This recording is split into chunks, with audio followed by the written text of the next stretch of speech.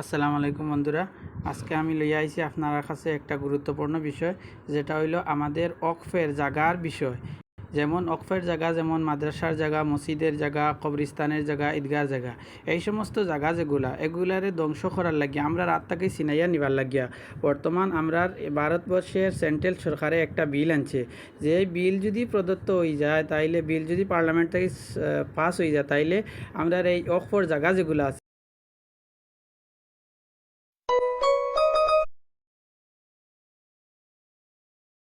এগুলা সরকারের হাতে যাইব কি, আমরা এত কোনো ক্ষমতা থাকতো না। ও বিলগু উত্থাপন করার পরে জয়েন্ট পার্লামেন্টারি কমিটি, জেপিসি কইয়া একটা কমিটি আছে, এই কমিটিয়ে দেশের মানুষের কাছ থেকে বুট চাইছে এই বিলের পক্ষে এবং বিপক্ষে।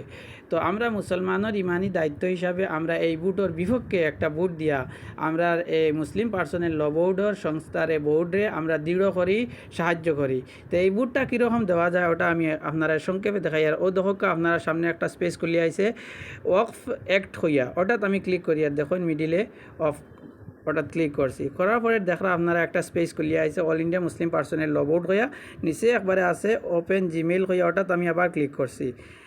তারপরে দেখবা আমরা সামনে খুলিয়ে আইছে আপনি যে মোবাইল দিয়ে কোডটা ও মোবাইলের ইমেইল এবং তারা মুসলিম পার্সোনাল ল বোর্ড জেপিসি ওয়াকফ দেখরানি ও উপরে একবারে জেপিসি ওয়াকফ, ওটা ও যে জয়েন্ট পার্লামেন্টারি কমিটি ও তারার কাছে আপনার পক্ষ থেকে ইমেইলটা যাইব গিয়া যে আপনি এই বিলটারে রিজেক্ট করটা। একবারে ডাইন সাইডে কোনো একটা তীর চিহ্ন দেখরা মিডিলও, এই মিডিলও তীর চিহ্ন যদি আমি সাবমিট করি তাইলে আমার বুটটা সাবমিট হয়ে যাব এই বিলের বিপক্ষে।